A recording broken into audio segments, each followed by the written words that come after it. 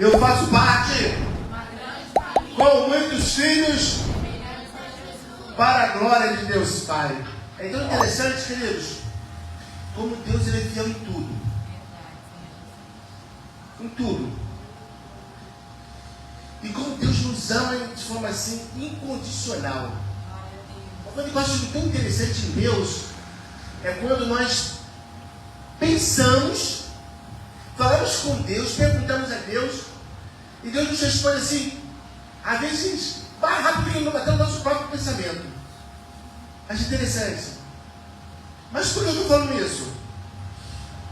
Porque eu simplesmente disse essa semana, foi ontem, já com tantas coisas, fazendo todas as coisas ao mesmo tempo, não estava passando muito bem, e falei assim, gente, estava entregando quentinhas no almoço, e falei assim, gente, já passou a minha época de fazer isso, né? Já era para época de ter diáconos, presbíteros, outros obreiros fazendo isso, mas não eu já fazendo isso. Eu falei assim mesmo para Deus. Aí, André, eu falei assim mesmo para Deus. Eu tinha acabado de falar assim mesmo para Deus. Senhor, já está na época de, poxa, eu já ralei pra caramba, né? Eu já podia estar em outro patamar, né? Patamar de descanso, preparando as mensagens, tudo isso. Vou em muitos outros lugares. Mas eu estou nessa caminhada aí. Quando eu acabei de falar isso, encostei o carro, eu vou com Deus. Para o pastor Bastos, entregando quentinha. Eu falei, pastor Bastos tem 70 anos quase, não é isso? 70 anos aí. Aí eu parei, eu fiquei rindo assim, me perdoa, Jesus. Eu falei assim, me perdoa, Senhor. Olha o Bastos aí. Aí fui falar com ele. E aí, pastor? Aí ele falou para mim, pastor, não tem ninguém na minha igreja de carro. Só eu que tenho que entregar as quentinhas. Porque eles estão entregando quentinhas também, entregando quentinhas nos sábados, para pagar no terreno que eles adquiriram. Eu falei para assim, pastor, eu sei o que é, eu sei o que é isso, pastor, eu sei o que é isso. Mas o que eu estou me chamando a atenção é que está todo mundo no mesmo propósito com Deus. Glória a Deus. Todo mundo, estou digo, aqueles que realmente têm propósitos com Deus. Porque muitas pessoas, elas são distantes do Senhor. Elas estão pensando que Deus, você fazer a obra de Deus e servir o Deus da obra. E não é. Eu ministrei essa semana em outra igreja. Eu estava ministrando na outra igreja, no curso que eu dou lá na outra igreja. E o tema da administração foi 10 mandamentos ou meras sugestões. E a palavra de Deus são 10 mandamentos ou só é algo sugestivo? O que nós temos colocado na nossa vida? Os mandamentos de Deus como ordens, como obediência, ou é meramente uma sugestão? Você faz se você quiser. Isso me retrata aquela mensagem que eu preguei 2 semanas atrás. Até onde o Evangelho de Cristo ele está sendo aplicado na nossa vida. E eu estava vendo com outros pastores, amigos, as lutas das suas igrejas, as lutas que o povo se encontra se frio na fé. E eu falo, gente, o que está acontecendo com essa geração? Eu não digo a minha geração, eu estou falando essa geração. As pessoas estão vivendo um evangelho ralo, um evangelho de promessas de bênçãos, mas não um evangelho de adoração a Cristo. O evangelho de você buscar sempre estar cheio do Espírito Santo de Deus. As pessoas estão querendo gospel. Amém. Eu também amo gospel. Mas eu amo a palavra do Senhor. Eu amo te aprofundar na palavra de Deus. Quem é pescador, Deus nos chamou para sermos pescadores de alma. O pescador ele entra em águas profundas. Porque se ele ficar na praia, ele não vai pegar peixe pequeno. Mas até onde nós estamos nos comprometendo com o Senhor? E eu vi uma mensagem Eu falei, gente, eu tenho mais de 30 anos de mensagens, de pregações, mas eu nunca tinha prestado atenção nesse detalhe.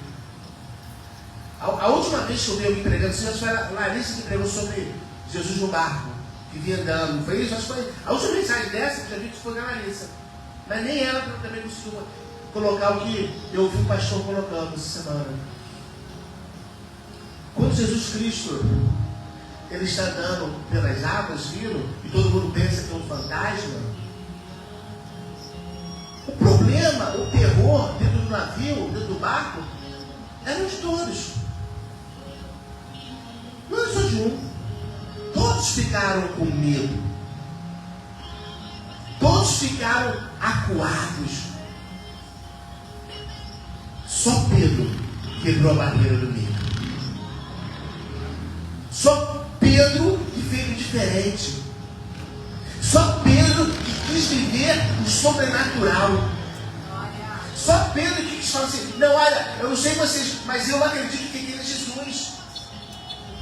E nós muitas vezes estamos vendo somente os problemas, as lutas, as dificuldades nos acuando e ficamos com medo.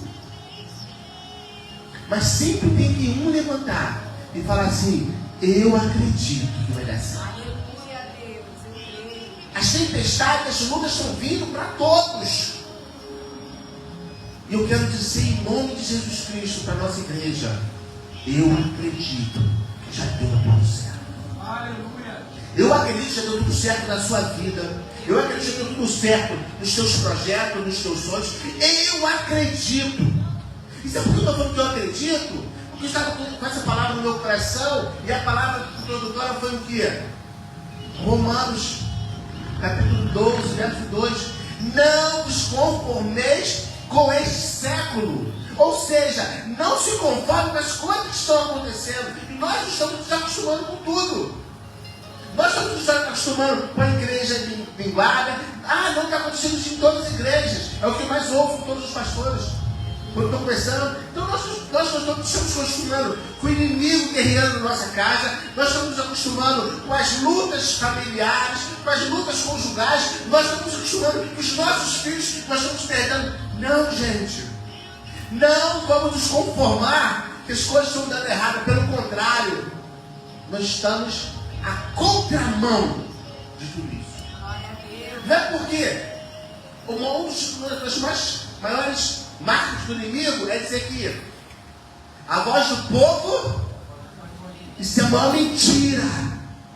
A voz do povo é do povo, a de Deus é de Deus. O povo não vai te levar para os céus, mas a voz de Deus vai te levar para os céus. A voz de Deus vai te fazer, o teu nome está escrito no livro da vida. Independente se tem uma, duas ou três ou quatro pessoas, você é a diferença. Você faz a diferença. Independente se tenha 1000 ou se tenha uma pessoa, eu sou a diferença, porque Jesus Cristo habita em mim e eu sou templo do Espírito Santo. Muitas vezes nós pensamos que Jesus Cristo está na multidão. Ele não está na multidão. Ele não chamou a multidão. Ele chamou o diferente. Ele chamou aquele que estava disposto a fazer a diferença em todos os lugares. Pedro, aparentemente, era o menos qualificado para tal. Mas Pedro, ele tinha algo que eu olho para você e vejo que você tem. Sabe o que é? Ousadia em Deus.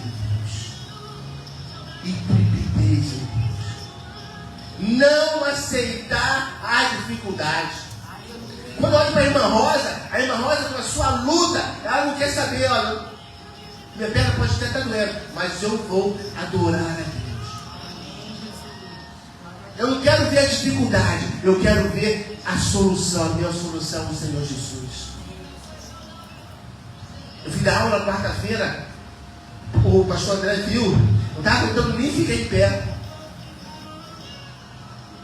Mas criança, nós muitas vezes limitamos o poder de Deus na nossa vida, porque nós nos limitamos. Não se limite. Larissa, Deus tem coisas grandes na sua vida. Flávia, a mesma, mas não se limite. Olha para o alvo lá na frente. É o que eu falo para a Iracema. Iracema ficou cheio de negócio. Eu disse, irmão, você passou e você tem portas abertas para sua frente. Para uma porta abrir, outra tem que fechar. Deus não é um Deus de mentira, nem um Deus de engano, mas Ele é um Deus de promessas. E Ele cumpre as promessas. Mas para Ele cumprir as promessas, nós temos que acreditar que Ele é fiel e justo. Que Ele é aquele que cumpre e faz. Mas tem uma coisa que nós deixamos para trás. Quando eu estou cheio de fome, o que eu faço? Procuro um lugar que tenha comida e como. Quando eu estou cheio de sede, eu vou ao local que tem água e bebo. E assim é a palavra de Deus. Deus já nos deu as promessas, Deus já nos deu as bênçãos. O problema é que nós não tomamos posse. Eu posso dizer glória a Deus? Nós não tomamos posse. Eu botei essa semana passada, uma frase, todos os grupos. Quem lembra? Alguém lembra? Eu botei assim: conhecemos, por isso acreditamos. Você conhece o Deus que você levantou as suas mãos no dia do Senhor? Você conhece o que Ele sabe, o que Ele pode fazer na tua vida, na tua família, na tua história, nos teus filhos? Você conhece a profundidade, a altura, o tamanho do poder do teu Deus? Se você conhecer tudo isso, você vai acreditar que você vai viver o sobrenatural. Então, se eu conheço, eu acredito e tomo posse. O problema é que nós ouvimos, mas não tomamos posse dos projetos, dos planos, das bênçãos de Deus. Só que o maligno, ele lança suas setas, os seus dardos. E se as nossas armaduras não estiverem prontas, a nossa fé, a nossa certeza de vitória, a nossa certeza de que iremos para o céu, a nossa certeza que o nome de Jesus Cristo está cravado no nosso peito e o nosso nome está no livro da vida, se tivermos dúvida, o inimigo se iranda nas nossas vidas. O inimigo coloca pressão, depressão e no final, possessão te levando à morte. Pastor, é real? É. Ele coloca depressão.